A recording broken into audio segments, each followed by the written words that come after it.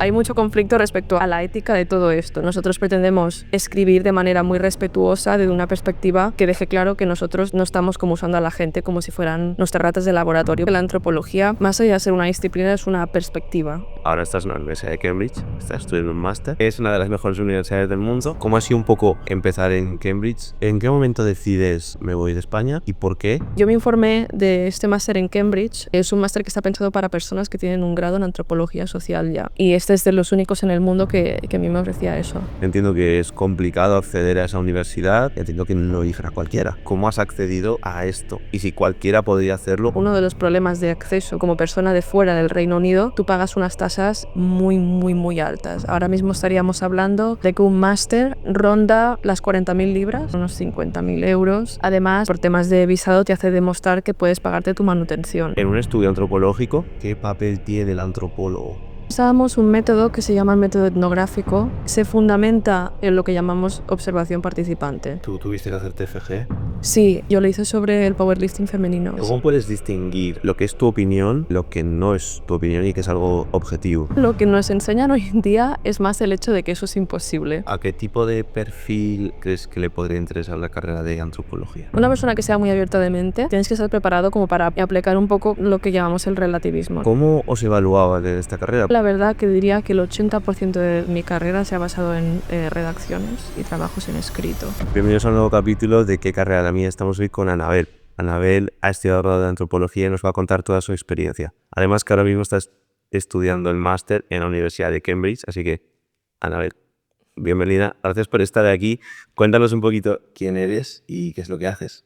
Bueno, yo soy Anabel, soy de Barcelona, que sí, nací aquí y todo.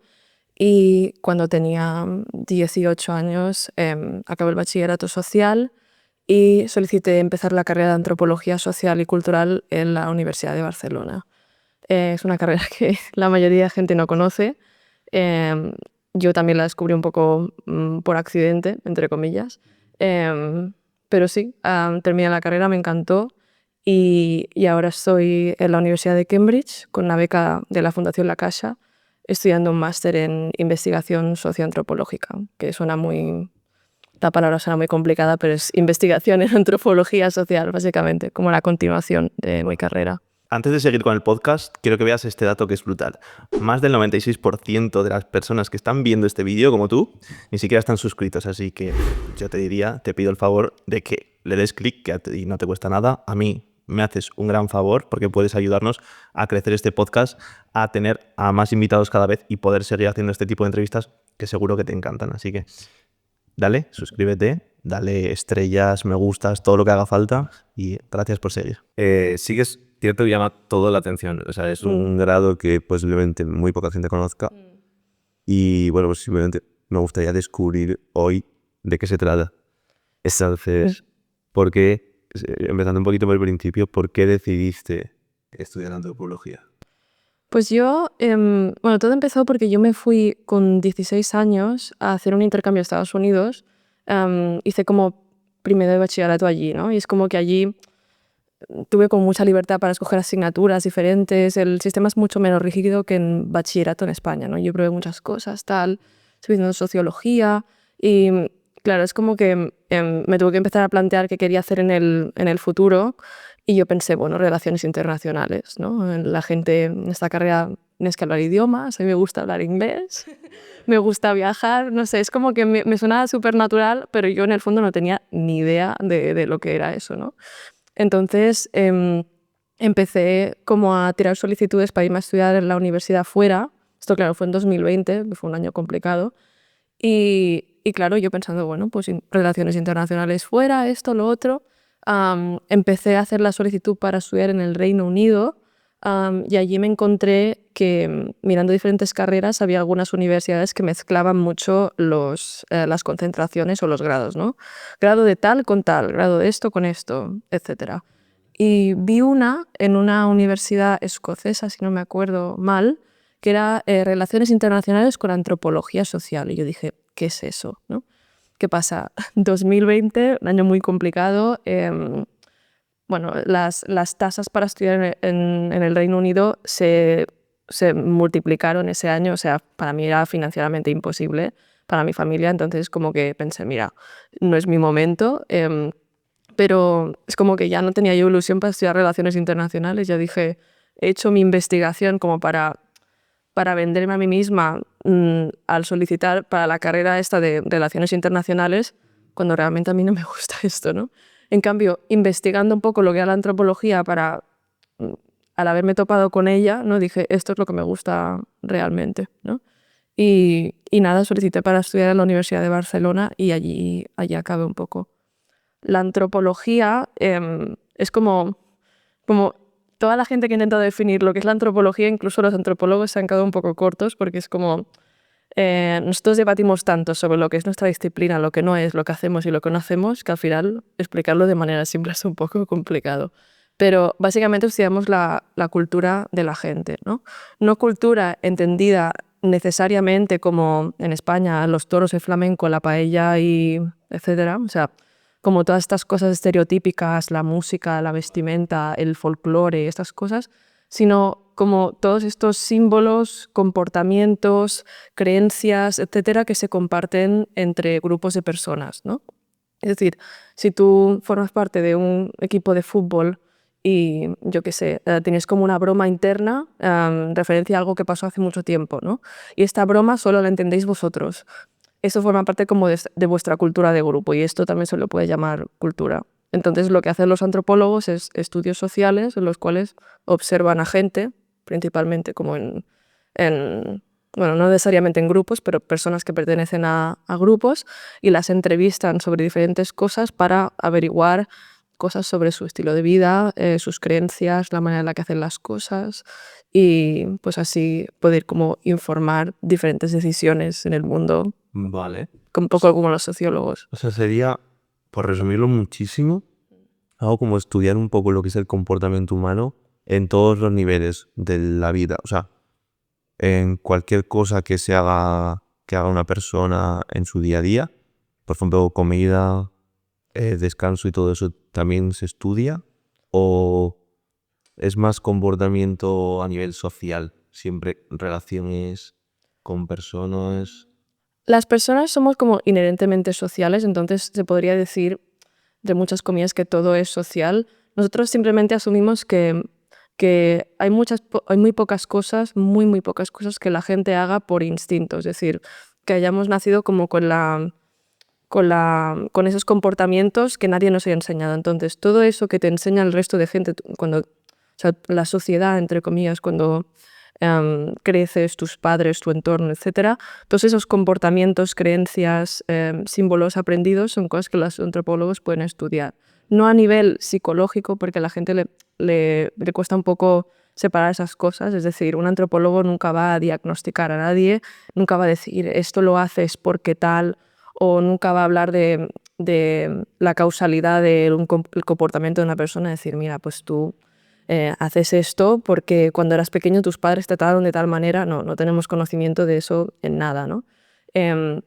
Pero para ponerte un ejemplo, hay una antropóloga que ahora mismo creo que opera en Edimburgo, si no me equivoco, y ella se dedica a la antropología médica, que quiere decir que estudia como la relación de las personas con la medicina, ¿no? Y como con las experiencias en la salud, etcétera. Y ella estudió, bueno, se llama Lucy Lowe, la antropóloga, y estudió cómo las mujeres somalíes, si no me equivoco, em, tenían como más muertes fetales causadas por el hecho de rechazar las cesáreas en los hospitales en el Reino Unido, o sea, no en Somalia, en el Reino Unido. Y esto se daba porque, según esta antropóloga, estas mujeres, para ellas el hecho de tener hijos pues es una cosa que te da un cierto estatus social, una cierta relevancia, es como muy importante en su comunidad el hecho de poder tener la capacidad de tener no uno, no dos, múltiples hijos. ¿Qué pasa? Cuando te hacen una cesárea, tu habilidad para tener hijos se ve limitada, es decir, puedes tener uno más, dos después de ello, pero te va a tener esa cicatriz, te lo limita. Entonces estas mujeres las rechazaban cuando eran médicamente necesarias, bajo los estándares de los médicos del Reino Unido, y cuando estos niños nacían y no sobrevivían por alguna complicación médica, esto era atribuido a el hecho de que Dios no había querido que ese niño sobreviviese, etcétera, etcétera, ¿no? Claro, esto tú eres médico y tú lo único que ves allí es una persona que acaba de rechazar algo que para ti acaba de tomar una decisión que para ti es una decisión estúpida, o sea, como que no tiene ningún sentido. Pues un antropólogo lo que va allí es a darle validez a esto, es decir, a que no se trate a estas mujeres como personas que simplemente se les ha ido la cabeza o algo, simplemente que tú tienes una manera de entender el mundo y ellas tienen otra. Y queremos llegar a entender desde nuestra perspectiva, que igual pertenece más a la de los médicos en este caso, ¿no? Cómo esta gente entiende el mundo y cómo podemos potencialmente ayudarlos para poder entenderlos mejor en esos contextos, ¿no? Donde hay este choque, por así decirlo, entre el entendimiento de esta gente y el de los médicos occidentales, ¿no? Vale, y ese tipo de forma de pensar, de analizar las conductas, todo esto, ¿esto cómo se aterriza a nivel de estudios? Es decir, ¿tú qué has estudiado para analizar de esta forma, para pensar de esta forma? Un poco, ¿qué es lo que os enseñan para, pues eso, para tener... Es una profesión, entiendo que esto o sea, tendrá puesto de trabajo más de investigación, entiendo, porque esto es como un investigador, ¿no? Al final. Sí. Vale, pero quizá más social, no tan científico. Vale, que es un poco lo que me comentabas del médico comparado con una Sí, psicóloga. sí. Vale.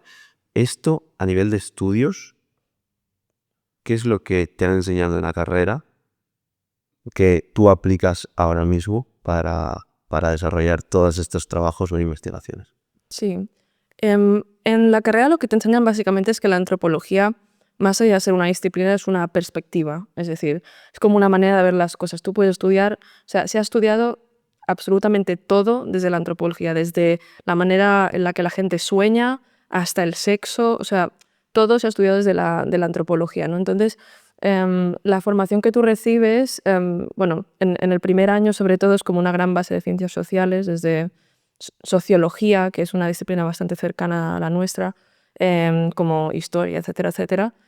Luego sí que se te empieza como a introducir la teoría antropológica a través un poco de la historia de la disciplina, ¿no? Lo que ha dicho la gente anteriormente sobre diferentes cosas respecto a esto. Yo, por ejemplo, hice antropología religiosa, que ahí te enseñan un poco qué han dicho los teóricos antropólogos sobre qué es la religión entre las personas, cómo ha ido evolucionando todo este razonamiento respecto al comportamiento de la gente, etc. Y también nos enseña un poco como, bueno, esto también lo aprendes a través de casos y de personas que ellos mismos han hecho estudios con otras personas, ¿no? El problema, bueno, no lo llamaría un problema, es, lo que es problemático, entre comillas, sobre nuestra disciplina es que a veces, o sea, nosotros pretendemos escribir de manera muy respetuosa desde una perspectiva que deje claro que nosotros no estamos como usando a la gente como si fueran nuestras ratas de laboratorio para que se entienda, ¿no? Y eso a veces es un poco, claro, como tú expresas las cosas para no hablar de la gente como diciendo, ay, mira, esta gente que tienen esas creencias y creen esto, y yo vengo aquí a hablar de que soy como un ser superior, ¿sabes? Y vengo a decir que tú esto lo piensas o lo dices porque tal, y lo voy a publicar en un artículo científico que va a estar colgado en un sitio, escrito con unas palabras que tú igual no entiendes, ¿sabes? Como hay mucho conflicto respecto a la ética de todo esto, ¿no? De cómo hablar de la gente y de cómo los podemos como pintar y cómo podemos representarlos a ellos de manera respetuosa, sin ser nosotros como el Dios que habla y dice, ay, pues tú haces esto por esto, tipo, o este es el origen de tu comportamiento, Claro, es que todas estas cosas. que comentas puede ser un problema, pues al final, por lo que estabas diciendo, estás hablando de personas, estás intentando explicar por qué se comportan de una forma o por qué creen X cosas, pero en verdad tú no eres esa persona, entonces Mm. es como una especie de tú cuando tienes que hacer un estudio de este tipo, ¿cómo te pones? O sea, ¿qué haces? ¿Te pones en la piel del otro? ¿Qué es un poco lo que buscas? ¿Son todo puros datos de... O sea, ¿en qué consiste, por ejemplo, hacer un estudio antropológico Mm, para que la gente lo pueda entender un poco? Porque, por ejemplo, te pongo el ejemplo de un biólogo que quiere estudiar, yo qué sé, las estrellas de mar, que yo qué sé, por cómo se alimentan las estrellas de mar. Yo no lo sé, pero no sé, algo así. Supongo que irá, verá, por ejemplo, qué músculos tiene, tal. O sea, al final son cosas visibles o no visibles, pero son cosas que están ahí. mm. Entonces, en un estudio antropológico, por ejemplo, lo que me has comentado de las mujeres somalíes, ¿cuáles son un poco los pasos a seguir o qué papel tiene el antropólogo? Mm. Nosotros usábamos un método que se llama el método etnográfico, que es, bueno, básicamente la manera en la que nosotros llegamos a conclusiones varias, ¿no? Se fundamenta muy, muy prominentemente en lo que llamamos observación participante. Esto es, bueno, la palabra lo dice bastante, pero básicamente, em, o sea, para tú producir un estudio antropológico generalmente que se considere como aceptado en la comunidad, etcétera, lo más común es ir a un sitio donde reside la comunidad con la que tú quieres trabajar y pasar largo y tendido, hablo de meses, con ellos, ¿no? O sea, viviendo con ellos. Con esto me refiero a que si yo ahora mismo estuviese haciendo algún tipo de trabajo con una persona de la ciudad de Barcelona, pero yo no vivo en la ciudad de Barcelona, se esperaría de mí que yo me mudase al barrio donde vive esta gente, dependiendo de mis recursos como investigadora, etcétera, etcétera, y empezase a hacer vida con ellos, ¿no? O sea, pasar mucho tiempo con ellos, tener conversaciones informales, etcétera. También podría, dependiendo de cómo de útil eso me resulta a mí, hacerles entrevistas largo y tendido. Hay otras maneras o sea, de colaborar con la gente en ese sentido. Hay gente que le va bien usar fotos, ¿no? O sea, yo te traigo unas fotos, imagínate que investigamos un tema referente a, yo qué sé, la manera en la que las personas de hoy en día hablan de X experiencia del pasado, ¿no? La Guerra Civil Española, cualquier cosa que pasase aquí. Yo les hago traer fotos y yo les digo, háblame de esa foto, ¿no? Y yo un poco tomo apuntes de todo lo que me dice esta gente y luego pues eso lo contrasto yo, lo agrupo en temas, hago un análisis un poco de todas esas cosas que se van repitiendo, esas cosas que crean patrones, las que no, las que se contradicen. Y esto lo aprendo yo a base de pasar muchísimo tiempo con esta gente, ¿no? Esto en la carrera es un poco artificial, porque claro, tú cuando haces un TFG es imposible pasar tanto tiempo como el que se consideraría aceptable, aunque esto sea muy laxo, entre la comunidad para hacer un trabajo de fin de grado, ¿no? Pero lo que se espera de ti es que te vayas a un sitio, que pases mucho tiempo con esta gente y que uses todos los recursos que se te dan a ti para llegar a estas conclusiones, básicamente. ¿Tú tuviste que hacer TFG? Sí, yo ¿O qué fue? lo hice, bueno, a mí el tema que más me interesa es el tema del género, deporte y las mujeres, y yo lo hice sobre el powerlifting femenino en la ciudad de Barcelona. Entonces estuve bastante tiempo hablando, entrevistando a mujeres que hacían powerlifting y hombres también. Estuve entrenando en un gimnasio donde había muchísima gente que entrenaba de esta manera.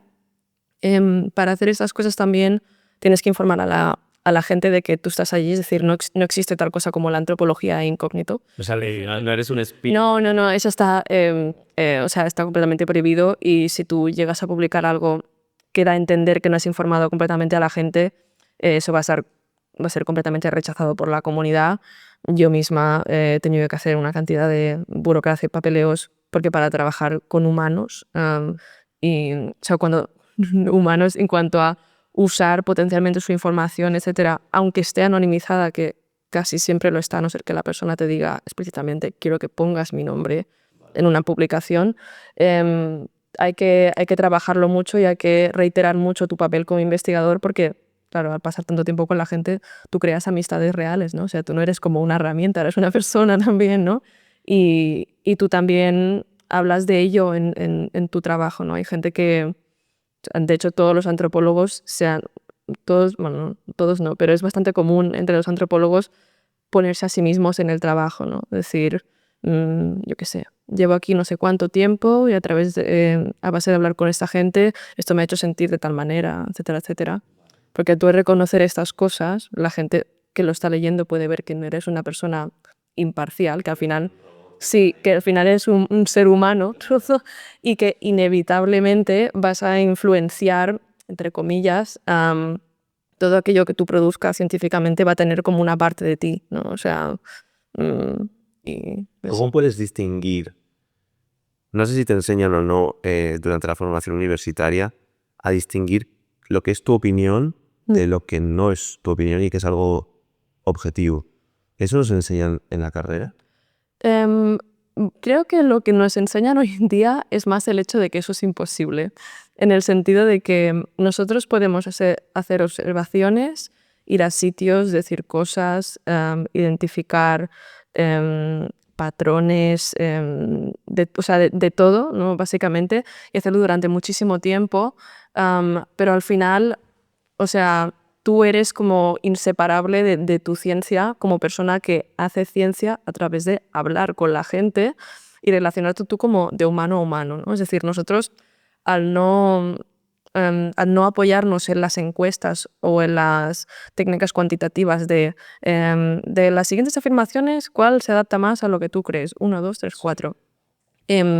Al no fiarnos de eso, nos fiamos más de, vale, esta persona ha dicho esto, yo me voy a apuntar esto porque a mí me parece relevante lo que ha dicho esta persona, igual viene otro antropólogo y ignora completamente eso que acaba de decir esta persona, yo lo voy a analizar y voy a considerar que esto es un resultado de esta otra cosa, claro, entonces nosotros hacemos un gran esfuerzo como para, entre comillas, separarnos, por así decirlo, analíticamente de nuestra persona y ponernos en el lugar del otro, mirarlo de manera relativa, etcétera, etcétera, ¿no? Pero esto es un esfuerzo como muy personal de cada uno y al final todos admitimos que somos como inseparables, profundamente hablando, de nuestra investigación, ¿no? Entonces, cuando tú escribes una cosa así, es por eso que nos metemos nosotros mismos en la investigación. Que yo cuando escribo mi TFG y hablo de mujeres que levantan pesas, etcétera, etcétera, yo también pongo, yo soy una persona que he hecho powerlifting en el pasado, yo tengo tal background de lo que sea, yo soy una mujer, yo tengo tal edad, vengo de este, o sea, vengo de este plano socioeconómico, etcétera, etcétera, para que otra persona lo pueda leer y no pueda saber, ay, bueno, esto lo ha dicho porque esto, pero que vea que hay una transparencia, ¿no? De alguna manera. Nada. Pero sí. Ok. Estos estudios, estas investigaciones, ¿qué aplicación tienen? A ver, si estamos hablando de qué puede hacer un antropólogo con su vida una vez acaba la carrera o qué hace una persona que se dedica a esto profesionalmente, tipo, qué se hace con su investigación, podemos hablar de muchas cosas. Sí que es verdad que hay gente que hace estos estudios y ellos mismos están financiados por cuerpos de financiación, que no me viene la palabra, que tienen algún cierto, no diré propósito, pero ¿Algún interés? sí, sí. Claro, esto se tiene que cuidar muchísimo cuando tú lo haces porque al final tú haces ciencia y no puedes, o sea, no puedes comerle los oídos a nadie. Tú no puedes hacer una cosa y decir, mira, esto va a tener un resultado tal porque me está financiando no sé qué cuerpo. Esto es muy delicado, ¿no? Pero sí que es verdad que hay gente que se embarca en investigaciones cuyo propósito es saber más sobre un tema que resulta, vamos a llamarlo, problemático, ¿no? En el área de la salud, si tenemos a un montón de personas en un sitio que yo qué sé, que están sufriendo de una enfermedad y esta gente tiene demandas muy concretas sobre el sistema sanitario, cómo se les está tratando, pero nadie sabe exactamente cuáles son sus quejas, qué está pasando realmente. El trabajo de un antropólogo es muy útil porque más allá de enviarles una encuesta a esta gente y decirles ¿qué opinas sobre tu experiencia yendo al médico con esto? Que esto es extremadamente superficial, aunque también sea una herramienta válida. El antropólogo es la persona que pasa muchísimo tiempo con esta gente y llega a entender, entre comillas, realmente cuáles son sus preocupaciones, cómo las están manifestando, cómo se están movilizando ellos mismos para resolver o no este problema, cómo interpretan su experiencia, cómo se relacionan con los otros. Claro, el valor que tiene esto, que es muy humano y extremadamente descriptivo, no lo tiene simplemente que una persona que no tiene nada que ver contigo, no te ha visto la cara nunca, te envíe una encuesta de tu experiencia como... Y claro, estas cosas luego se usan para decir, vale, vamos a informar procesos de cambiar leyes, adaptar procesos asistenciales con las personas, bueno, todo tipo de cosa que esté regulada y que, entre comillas, no esté funcionando, puede ser estudiado a nivel antropológico, o sea, a través de estos métodos, para llegar a una conclusión o hacer una descripción del fenómeno que sea mucho más descriptiva y amplia que otros métodos que pueda usar otro tipo de investigador. Vale.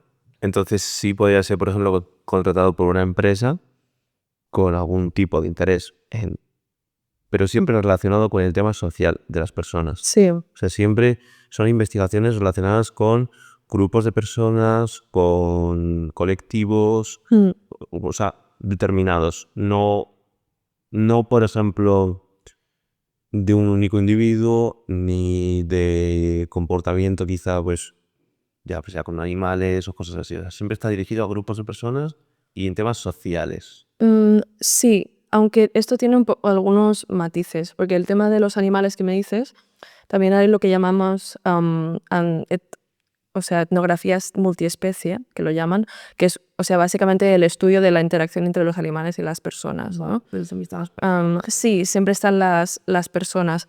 Esto es como un campo en el que se ha innovado muchísimo porque hay muchos antropólogos que escogen hablar de los animales como seres como con agencia, ¿no? Entre comillas, es decir, que si tú lees un texto de estos y ves que la persona está como dándole la misma importancia a lo que viene a ser la vida y las intenciones, los pensamientos, etcétera, etcétera, tanto de las personas como de los animales que entran en juego, ¿no? Esto, ya digo, o sea, se puede estudiar muchísimo. Y luego lo que me dices de las personas individuales, sí que es verdad que hay muchas veces que ha habido antropólogos que han escrito como biografías de personas y estas biografías, por mucho que, o sea, la biografía no sea como un análisis de la persona para que nos entendamos, porque simplemente como una narración, esto se especula también mucho de para qué sirve esto, ¿no? Tipo, si yo entrevisto a una persona que ha nacido y se ha criado en un barrio obrero de Barcelona, la experiencia y la vida de esta persona me va a decir más cosas sobre lo que viene a ser la vida, los valores, los comportamientos, por así decirlo, de la gente de ese barrio, me puede informar más de otros problemas que se estén dando, tendencias sociales, etc. Claro, hablar de no podemos usar una sola persona para afirmar verdades, pero sí que es verdad que a veces nos involucramos de manera como especial con personas concretas y eso aún se está explorando un poco hasta qué punto nosotros podemos decir A o B sobre esta persona en este grupo de gente o este sitio a través de una conversación con alguien en concreto. Antes, al principio de la entrevista, has dicho que estabas dudando entre relaciones internacionales y que de repente viste antropología social por ahí. Sí. ¿Tú sabías que esto era así cuando empezaste a estudiar antropología? O sea, ¿qué es lo que te llamó a ti la atención de antropología para decir, no, es que me gusta esto? Y si realmente ha sido como te esperabas, o tenías toda la información, o un poquito, ¿por qué tomaste esa decisión? Y si realmente ha sido exactamente como tú pensabas. Sí. Yo creo que cuando tú, o sea, si cualquier persona se pone en Google y pone antropología social y cultural, creo que la información que hay sobre la disciplina, la carrera, lo que sea, es extremadamente limitada porque está muy relegada como al círculo académico, es decir, tú vas a encontrar antropología en Google Scholar buscando cosas para tu clase de antropología, ¿no? Y incluso así, si buscas usando la palabra antropología tal cual, vas a encontrar muy poco, ¿no? Claro, yo me informé y yo lo que sabía es que la antropología lo que le pasa es que el origen de la disciplina es muy colonial, ¿no? Es decir, la antropología se creó, por así decirlo, como disciplina en la época colonial cuando iban las personas blancas de Europa en lo que ahora es América Latina, etcétera, etcétera, a estudiar a estos grupos de personas que ellos no entendían, ¿no? O sea, esto era muy, muy, muy paternalista, colonial. Bueno, obviamente esto hoy en día no está nada bien visto, pero es un poco como el origen de todo esto, ¿no? O sea, de señores blancos, educados en universidades, etcétera, que iban a tomar apuntes sobre cómo se comportaban personas de otros sitios que formaban parte de colonias de otros países, ¿no? Entonces, claro, yo encontraba cosas que se parecían a esto, ¿no? Pues se hablaba mucho como de que si las culturas indígenas, que si esto, que si lo otro. Claro, un antropólogo puede estudiar estos grupos de personas indígenas en sitios que a ti te parezcan lejanos, etcétera, pero hoy en día un antropólogo se va a todos los sitios, ¿no? Entonces, en ese sentido, claro, yo tenía la expectativa de una carrera que es una ciencia social pura, en la que yo voy a poder curiosear de todo un poco, porque yo era una persona muy curiosa, yo no me quería... O sea, a mí me gustaba la idea de que fuese una carrera muy centrada en la investigación, porque a mí ya me interesaba ese tipo de cosas, ¿no? De poder yo producir en el futuro mi propia investigación sobre X tema, aunque en ese momento yo no lo entendiese mucho. Pero sí que lo que yo sí que pensaba es que muchas de mis asignaturas iban a estar orientadas a decirme, bueno, tal área geográfica del mundo, pues aquí la gente hace esto, esto, esto, lo otro. Y yo iba a aprender así como el que me enseña historia en bachillerato y me dice, esto pasó en el año tal, tal, tal, tal. No realmente. Es decir, yo hay muchas partes del mundo que no te sé decir, o sea, de lo que viene a ser que se ha estudiado en cuanto a los valores de la gente en ese sitio, etcétera, etcétera, no te sé decir casi nada. O sea, yo he aprendido más lo que es la antropología de una forma más analítica y más de perspectiva, etcétera, que no tanto de lo que hace la gente en diferentes partes del mundo, lo que es la diversidad, que es lo que te vende un poco Google cuando buscas antropología social. Vale. ¿A qué tipo de perfil de persona crees que le podría interesar la carrera de antropología? Yo creo que una persona que sea muy abierta de mente, am, porque tienes que estar preparado como para aprender de todo y aplicar un poco lo que llamamos el relativismo, ¿no? Es decir, porque tú vas a aprender sobre muchas cosas que hace la gente en sitios del mundo, bueno, igual, yo digo sitios del mundo como puede ser algo que hace tu vecino, que nunca se sabe, que igual a ti a nivel moral, ético, lo que sea, no entra en tus esquemas, ¿no?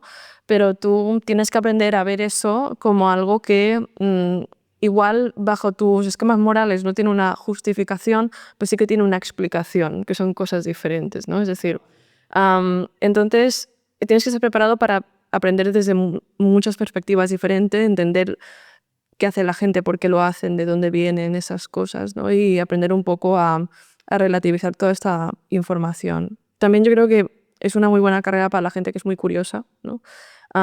Y para la gente que realmente quiere como un reto académico, no en el sentido de que sea una carrera para la que tienes que pasarte muchísimas horas para aprobar, etcétera.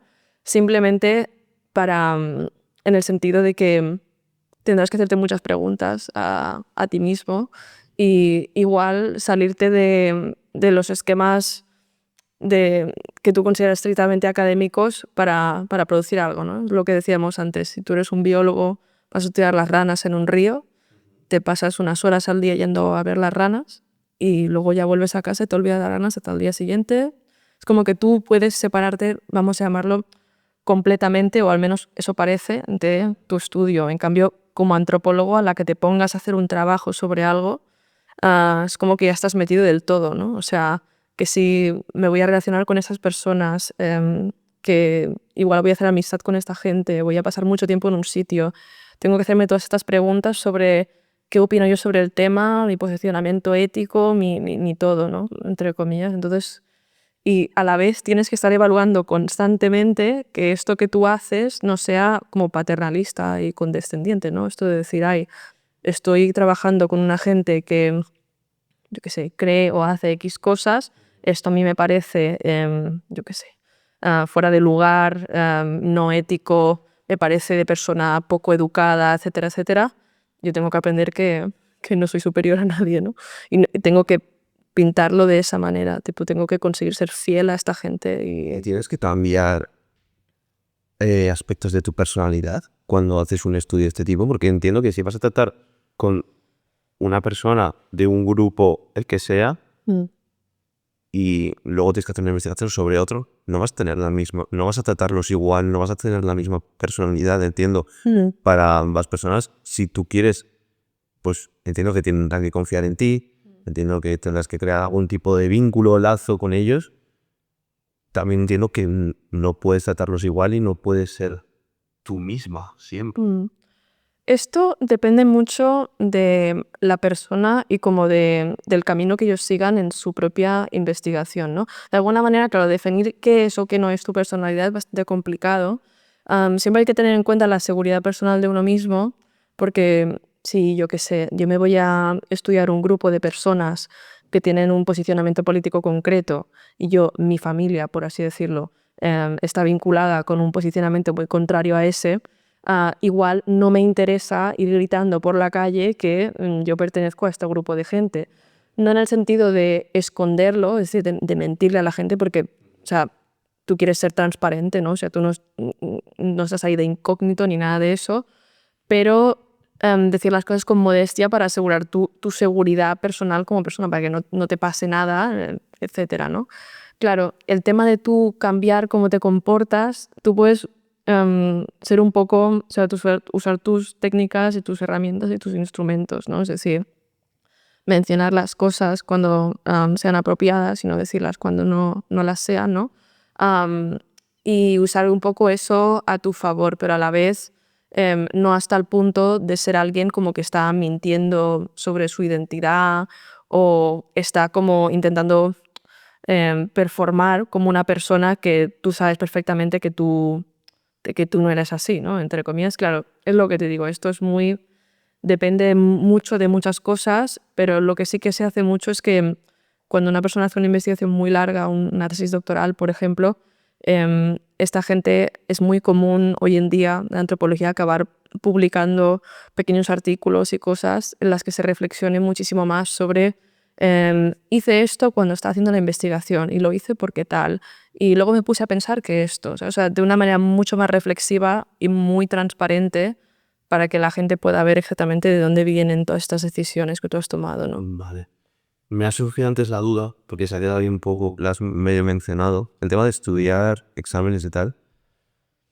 ¿Cómo os evaluaba de esta carrera? Porque por lo que has comentado no es algo común, ¿no? O sea, es una carrera que se sale un poquito del marco, pues eso, de teoría, práctica, trabajos. No sé un poco cuál era la forma de evaluar, qué metodologías seguíais en la universidad y si había exámenes, cómo eran esos exámenes. Sí.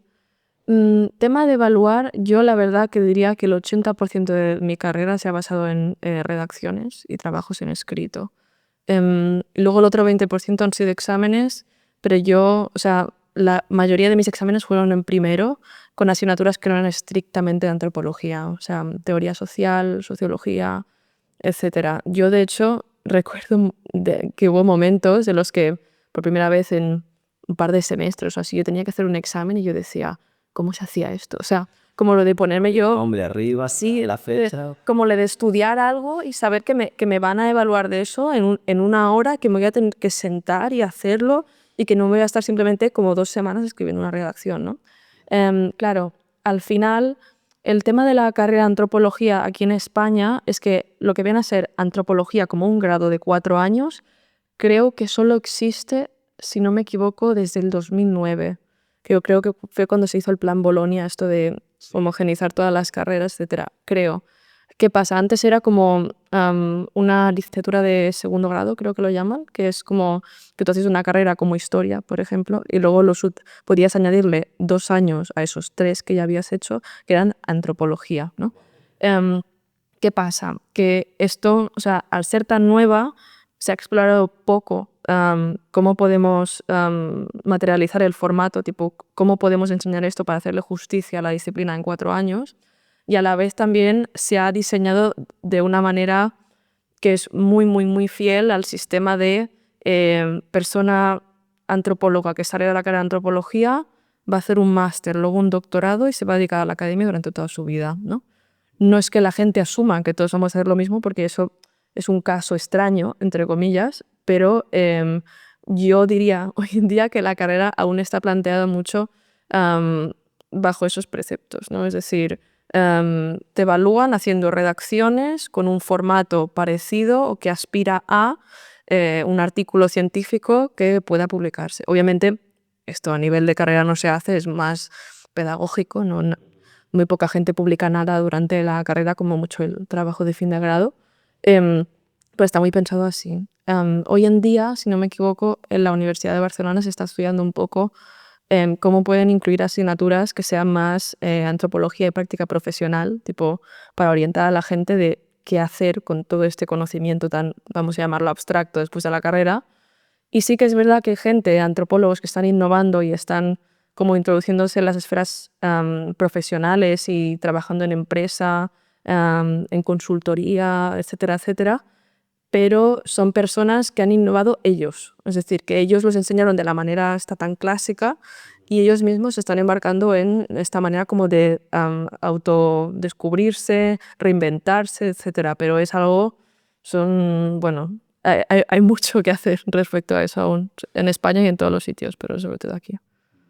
Paul, terminando un poco con el tema de la carrera, una vez la has terminado, ahora estás en la Universidad de Cambridge, estás estudiando un máster.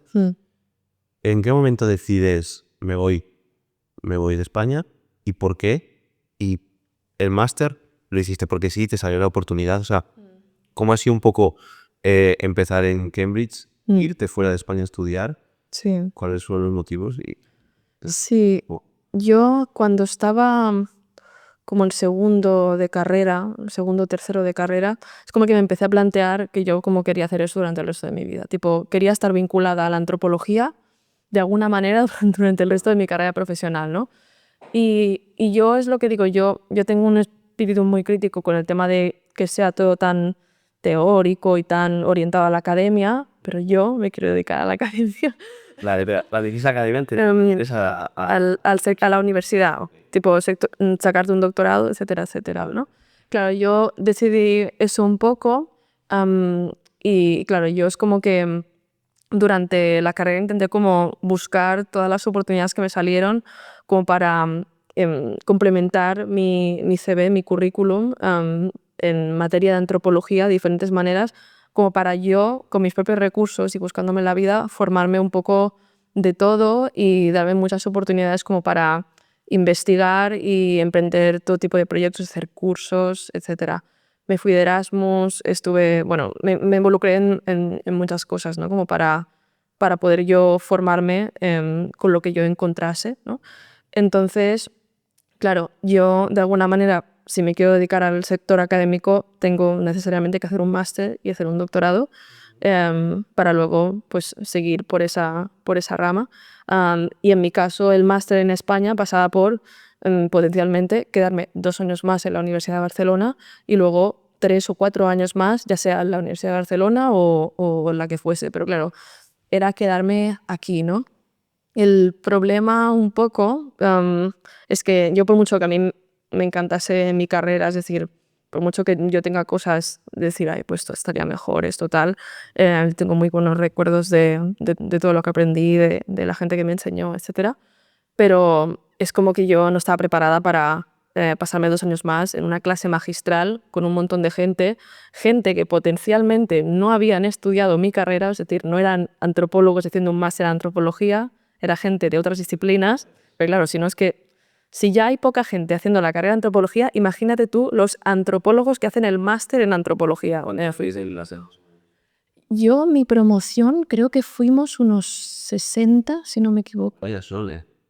60 no está más. 50, 60, no recuerdo concretamente, pero... Ibas a decir 10. No, Vale, pero pocos. empieza más gente, pero bueno, como todas las carreras del primer año hay gente que se da cuenta de que eso no es lo suyo y lo deja, ¿no? Pero sí, claro. ¿Qué pasa? Que yo creo que hay muchos másteres, y lo digo desde una ignorancia parcial porque yo no estoy haciendo esos másteres, ¿no? O sea, estoy hablando un poco de lo que yo he oído, de lo poco que yo sé, ¿no? pero yo sé que hay másteres de estos que están orientados a, vale, 4 años de clases magistrales, prepárate para 2 más, ¿sabes? Para personas que, como no vienen de la antropología, necesitan tener esta base que yo he adquirido en 4 años para que tú la adquieras en menos tiempo, etc. Claro, yo veía todas las clases y digo, es que me voy a morir aquí. No puedo. Yo estaba preparada como para, con todas las herramientas que me habían dado ya, usarlas yo para yo producir mi propia investigación o para usar mi mirada crítica para ser yo mi propia persona, ¿no? Yo no quería estar sentada en una clase otra vez. Entonces, claro, a mí, bueno, me empecé a informar sobre el tema de las becas de posgrado fuera de España. Yo sé que en el Reino Unido el tema de los másteres funciona como bastante diferente. El sistema educativo en general difiere como en muchos sentidos del de España. Es un sistema educativo que está más centrado como en las personas, creo yo, y no tanto como en los números. O sea, números en cuanto a persona que ha sacado tal nota en tal cosa.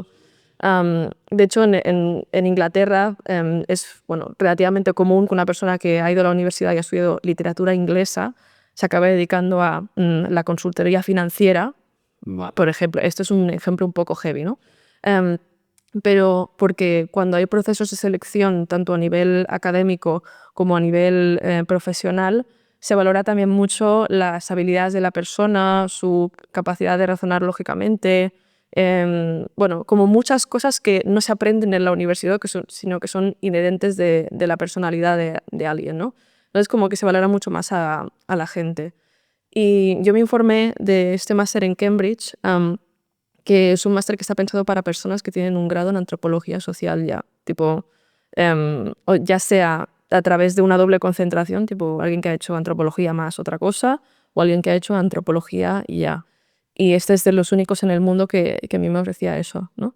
Me informó muchísimo sobre el tema. El máster lo que tiene es que no tengo clases magistrales, tipo, no hay ningún momento de la semana que yo tenga una persona delante mío y esté sentada allí y simplemente escuchando, sino que a mí yo tengo una serie de seminarios que los hacen personas que son expertas en el tema que están dando, tipo gente que lleva toda su vida estudiando X cosa, y yo me leo unos textos cada semana, hago muchísimas lecturas y luego los discuto en clase, pero somos una clase como, depende de qué clase sea, pero de 10 a 15 personas en una mesa redonda y todos decimos, pues yo me he leído esto, tal, y opino esto de este tema. Es como una gran discusión guiada por preguntas, etc. Y luego la evaluación se hace a través de redacciones que tienen como muchísimo peso, ¿no? Yo tengo mi TFM, por así decirlo, que es un trabajo de investigación que ya es más autónomo. Tengo 2 redacciones que las hago en base a ir a estos seminarios, es decir, a mí me proponen las preguntas que están basadas en algo que yo he aprendido leyendo y discutiendo sobre estos textos. Y luego tengo como un ejercicio un poco más práctico de escritura, ¿no? Sí que todo es así bastante académico en el sentido de escribir, etc. Pero también es un máster que te enseña que por mucho que muchísima gente lo use como un puente para un doctorado, también te enseña un poco que hay personas que se han dedicado a otras cosas, ¿no? Es decir, yo uno de mis trabajos lo he podido hacer, no ha sido mi caso, ¿no? Pero podría haber hecho un guión para un podcast para uno de mis trabajos, ¿no? Y hablar un poco como de divulgación, de la accesibilidad, de lo que es hacer que la antropología no sea una cosa de Google Scholar. Abrir la boca al mundo, ¿no? Yo creo que Sí. es que creo que he estado como muy distanciado Mm. en general porque es algo que, sinceramente, yo no sabía que había una carrera hasta que algo Teo. No sabía que se podía estudiar una carrera de antropología. Mm. Mm, y es algo, pues sí es verdad que es un concepto, no es algo que se vea, no es algo que la gente, por ejemplo, le dices matemáticas, y aunque algo han visto, ¿sabes? Aunque sea sumar, saben un poco qué es matemáticas, pero nunca se nos ha hablado de antropología como tal, por lo menos yo creo que hasta bachillerato nunca se toca. Mm. Se toca algo de filosofía, no sé si está algo relacionada, entiendo que puede tener algún matiz en común, pero no hay ese tipo de materias. No. Aquí en España por lo menos nada, ¿sabes? Y creo que bueno, en tu caso, por lo que comentas, parece que en otros países, aunque sea simplemente por la forma que tienen de enfocar la educación, puede que esto esté mejor valorado, entiendo. El desconocimiento yo creo que es bastante generalizado, es decir, yo de hecho he tenido estas conversaciones con gente de mi entorno en mi clase, etcétera, y creo que no había nadie que no me haya descrito su manera de de descubrir la antropología como disciplina, como algo que no fuera un accidente o una gran casualidad. Sí que es verdad que hay gente que igual lo tocó de alguna manera en el instituto, así como algo muy residual, etcétera. Pero la historia esta de persona que hace una clase de antropología en el instituto y dice, ay, quiero estudiar antropología, igual que lo hace con las mates, eso no existe. O sea, realmente no es así, ¿no? Pero yo realmente estoy en un sitio ahora mismo que me da como muchísimas herramientas como para yo pensar de manera muy crítica, em, de yo emprender mis propios proyectos, pensar a mi manera. Es decir, el hecho de estar rodeada de tanta gente que le gusta tanto esto y que le gusta tanto investigar y de personas que son grandes expertos, o sea, como de las mejores personas en el mundo en esta disciplina es algo que es como muy refrescante, ¿no? O sea, yo ahora mismo tengo, no sé, motiva mucho estar rodeada de este tipo de gente y yo no lo cambiaría por nada, la verdad. ¿Qué hay que hacer para estudiar en Cambridge? Porque a mí esto me... o sea, claro, no hemos hablado nada de eso. Es algo que te has dicho, no, busque un máster, pegue un máster y Cambridge. Vale, pues genial, porque se supone que es una de las mejores universidades del mundo. Se supone que, entiendo que es complicado acceder a esa universidad, entiendo que es una universidad que no es barata y entiendo que no lo a cualquiera y que el proceso de selección será laborioso. No sé cómo ha sido tu caso para cómo has accedido a esto y si cualquiera podría hacerlo o tiene algún requisito, qué es lo que era. Claro, en mi caso difiere un poco de si eres una persona del Reino Unido a si eres alguien de aquí. El problema de acceso, bueno, no lo voy a llamar principal, pero uno de los problemas de acceso, por así decirlo, a la Universidad de Cambridge es que como persona de fuera del Reino Unido tú pagas unas tasas muy altas. Ahora mismo estaríamos hablando de que un máster, no todos, hay pequeñas diferencias y matices, pero ronda las 40.000 libras aproximadamente, sí, que eso se traduciría pues en unos 50.000 euros. Además, la universidad, como es lógico, por temas de visado te hace demostrar que puedes pagarte tu manutención allí. Es decir, tú no solo tienes que tener fondos para pagarte el máster, sino que tienes que poder permitirte el hecho de vivir en Inglaterra, ¿no? Entonces, claro, el coste real de estar ahí un año es muy elevado, ¿no? Claro, en mi caso, yo solicité a las becas de la Fundación La Caixa que te cubren, bueno, que me iban a cubrir básicamente todo, ¿no? Tanto la matrícula como una manutención mensual, como otras cuotas que me cubren el transporte, como lo que ellos llaman en gastos de instalación, es decir, yo me compro una bici, porque en Cambridge todo el mundo va en bici a todos los sitios, y esto es un gasto de instalación, y también gastos como de acudir a conferencias, etcétera. Entonces yo vivo completamente a través de esta beca y financia mi estilo de vida, por así decirlo, al completo. Claro, ¿qué pasa? Yo solicité primero a esto, es una beca muy selectiva, o sea, estadísticamente se la dan a poca gente, son unas 100 personas cada año, y claro, yo cuando ya me había planteado esto, ya empecé a solicitar a la Universidad de Cambridge en el caso de que me diesen esta beca en España, ¿no? O sea, en mi caso era o se daban las dos cosas o no se daba ninguna. Dabas lo que es la matrícula de la universidad y a la vez la beca para, o sea, no depende una de la otra. No, son completamente desvinculadas. Es decir, la casa lo que te dice es, si te damos esta beca, te cubrimos, entre comillas, el máster donde sea. Entonces, Tú cuando haces la solicitud ya explicitas dónde quieres ir. Es como que construyes un poquito tu caso diciendo, mira, yo soy tal persona, estoy a tal cosa, quiero ir a tal sitio y yo soy una buena candidata para esto por tal razón, etc.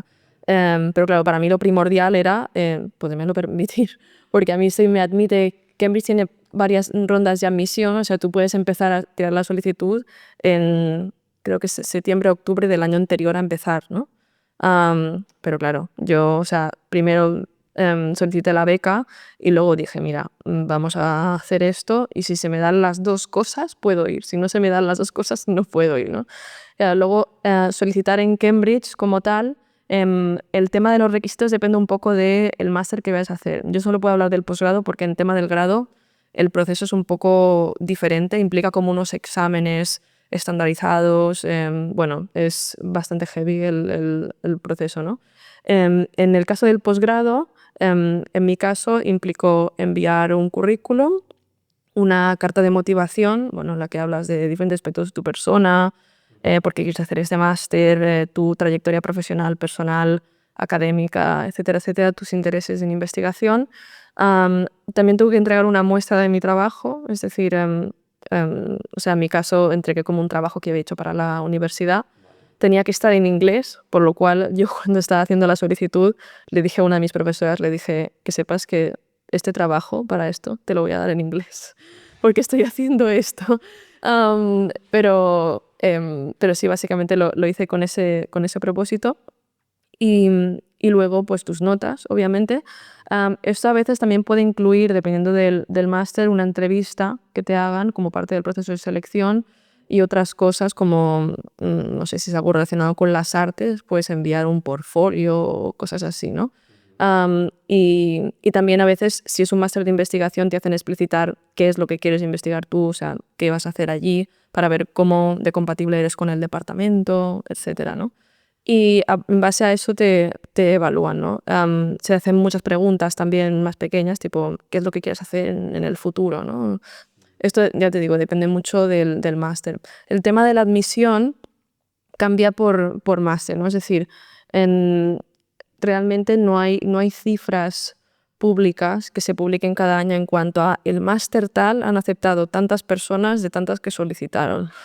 Pero como número orientativo yo diría que o sea, alrededor del 20% en posgrado, eso es una generación muy grande, 20% de la gente que solicita le acaban dando una plaza.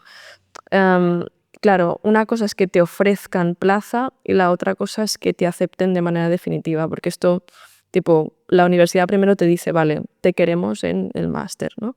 Y tú dices, vale, pero luego te dicen, aquí toma una lista de requisitos como para venir aquí, ¿no? Unas cosas son muy... ¿Pero eh, académicos o em, a cualquier nivel?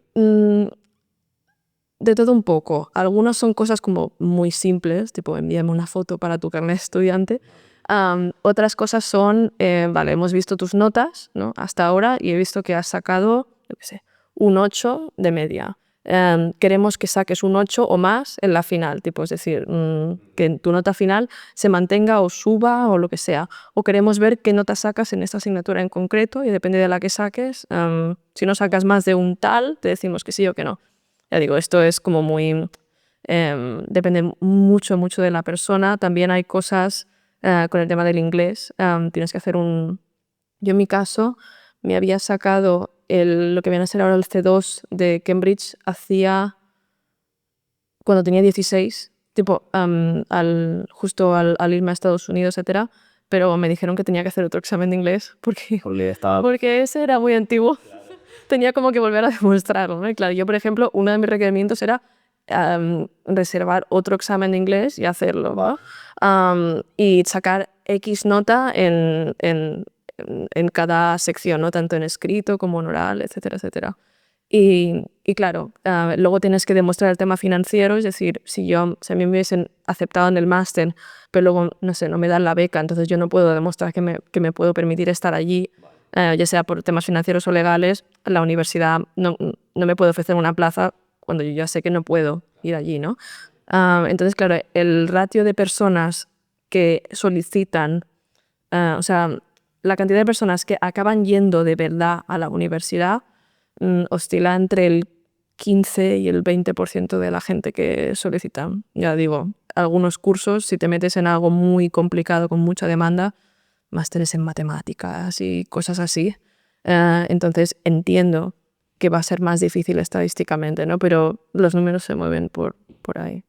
¿Las notas son muy importantes? ¿Se fijan mucho en eso? Sí, yo creo que sí. De hecho, creo que hay algunos cursos que ya te dice, tipo, cuando vas a la web de la solicitud, porque todo lo que estoy diciendo es bastante transparente. Vale, o sea, prácticamente cualquiera puede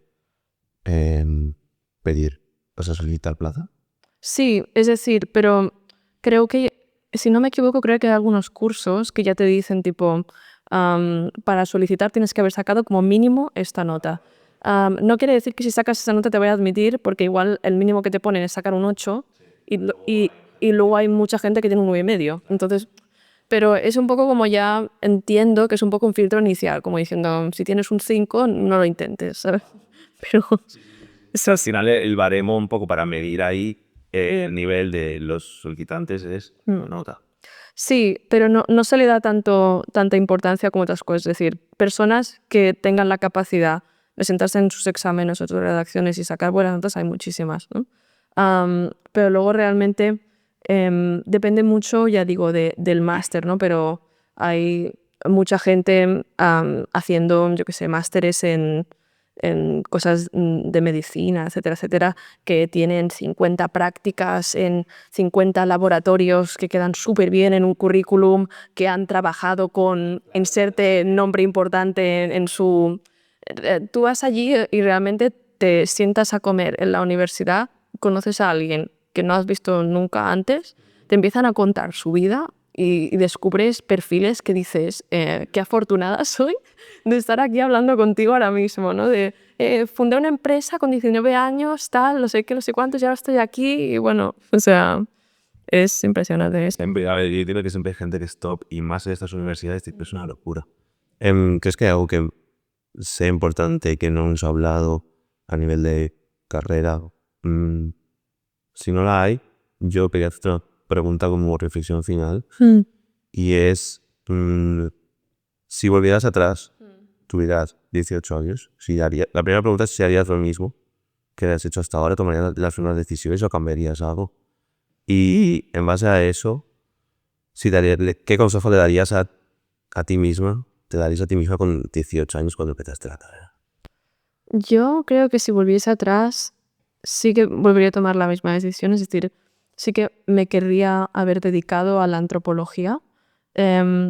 Lo que no estoy del todo segura, no es que no esté segura, sino que simplemente que habría aceptado una manera diferente de hacerlo, es que si yo me hubiese puesto a hacer una carrera que no fuese antropología, que fuese próxima, yo qué sé, psicología, sociología, bueno, no próxima en el sentido de que sean parecidas, sino del área social, por así decirlo, no me habría importado en el sentido de que, sabiendo que yo quiero hacer antropología, siento que haber hecho algo que está en este mismo esfera social me habría dado como una perspectiva más amplia, ¿no? Es decir, hago la carrera de sociología, luego hago antropología para mi máster, ¿no? Es como que adquiero como un conocimiento más amplio y llego al mismo sitio donde quiero llegar, que es ser antropóloga, ¿no? Aunque primordialmente diría que sí que haría lo mismo. En cuanto a lo segundo que me has preguntado, un consejo. No dudar tanto de lo que me apetece hacer, porque yo siento que cuando eres el típico niño que eres como el que saca buenas notas en el instituto tal, y que va a sacar una buena nota en la PAU, etcétera, y te pones, o sea, tú lo que quieres hacer es una carrera que tiene un 5,2 de nota de corte, es como que todo tu entorno te dice, ¿y por qué no haces derecho? ¿Por qué no haces cualquier otra cosa, básicamente, ¿no? Y claro, es como que te lo planteas tú mismo porque todo tu entorno parece que eres como una decepción, ¿no? O sea, y la gente te dice, ay, no, es que esto que tú vas a estudiar, hay muy poca gente que se acabe dedicando, que se pueda dedicar a ello. Pero realmente mi pregunta es, si hay una cantidad, la que sea, de gente que se dedica a ello, ¿por qué no puedo ser yo una de estas personas, ¿no? Es como que estás tirando la toalla antes de empezar.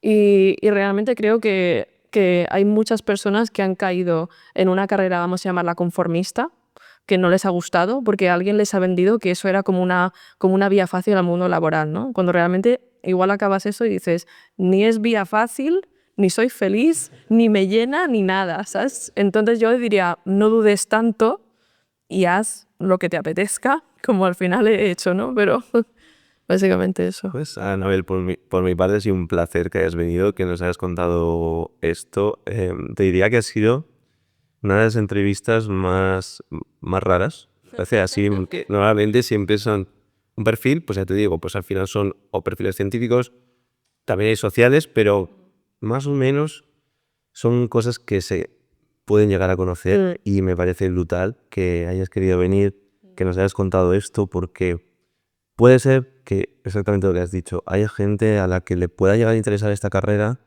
y esperamos que no se la encuentre solamente por accidente, ¿sabes? Que sea un poco, que pueda haber algo de información sobre esto y creo que lo que has contado